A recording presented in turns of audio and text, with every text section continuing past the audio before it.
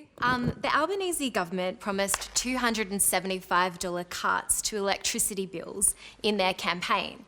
This budget confirms these bills will go up by 50% over the next 2 years. This will have a significant impact on households. What are we going to do to mitigate these costs? Hold that thought, Katy. I thought you were going to come straight to me. You're the finance minister now. You're holding the can. But I'll go to you, Di, because the things that Alicia is talking about, you're seeing, aren't you, in your electorate? How are people dealing with this crisis at the moment? And I mean, I come from and I think you've mentioned it in your piece at the ABC Stand about the low to middle income earners in electorates like mine in Fowler. They're very on low income, and so they are struggling with electricity price rise, gas price, rent rises, interest rise.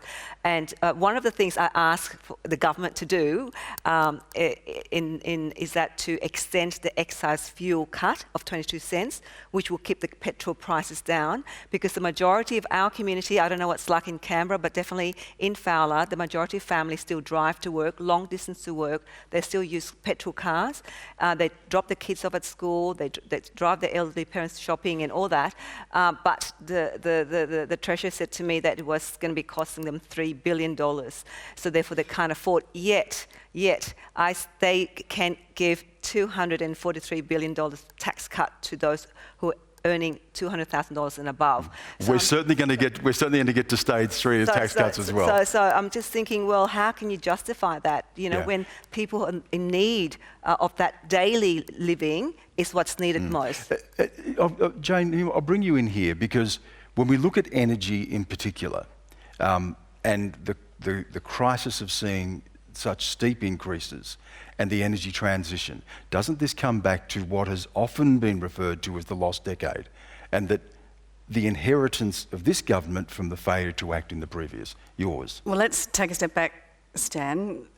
The government promised not once, but 97 times in the lead up to the election that it would cut energy bills by $275. Now, the moment that the election was over, we heard nothing more about $275.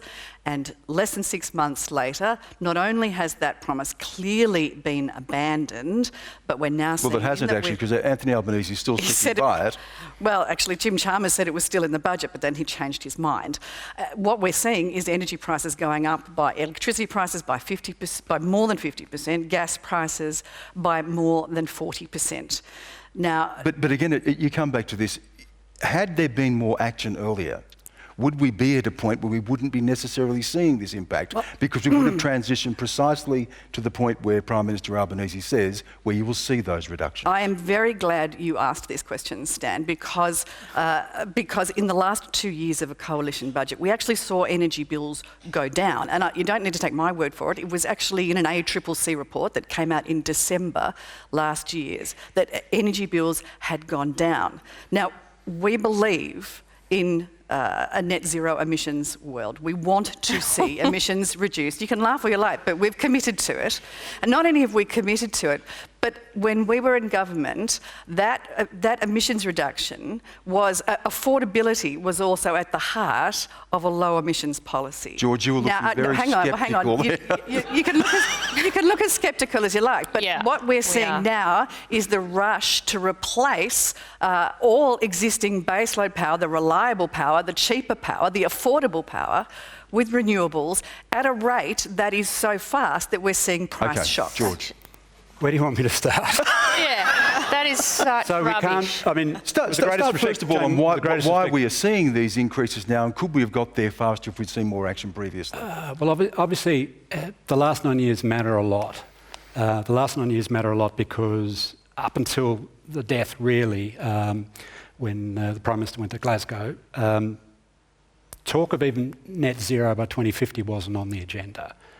Now, the coalition spent, through 3 Prime Ministers, the one in the middle did try to do something about it but lost his job because of it. The coalition spent 3 terms assuming that climate change is really just a game you could play politics with, that there wouldn't be a reckoning for Australia, that you wouldn't get the fire, the flood, the flood and the flood. So we're now in a world that feels like the beginning of not just, from a position of strength. We might price carbon 10 years ago, we might have a transition going by now. Now we're in this living in the teeth of the crisis.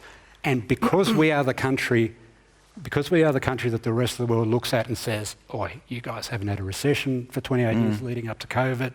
You've got this great minerals bounty. You've got the wealthiest middle class on the planet. Why couldn't you sort this out?" Hang on, I've got to get... No, that's all right. I need a break and I need to go, because we did reduce emissions by 20% at a time when the economy has doubled in size. We were not just meeting our Paris targets, but we were beating our Paris targets, and we did commit to net zero by 2050. But I don't want to get a political exchange with you. We did it in a sensible way, in a measured way, that isn't causing your power bills to go up the way they are now. Just hold on. So I don't want to get in a political exchange, and I'll just... Again, let's just try and stick with, because we all know what happened the last 9 years. And the last 9 years, and Jane, you wouldn't be one of the ones that was pulling the lever for denial. I know that for a fact.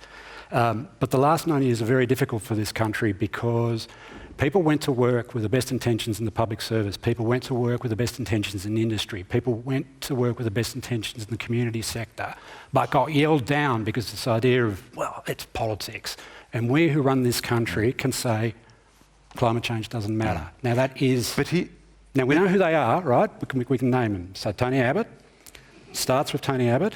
Tony Abbott went into government thinking he could knock off a price on carbon, minerals tax, mineral super profits tax, which the mining companies signed up for, right? So it'd still be rolling into the budget today.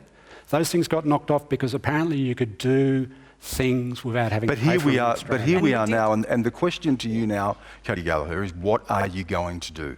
If people are going... Can you afford your electricity prices to go up 50% in the next 2 years?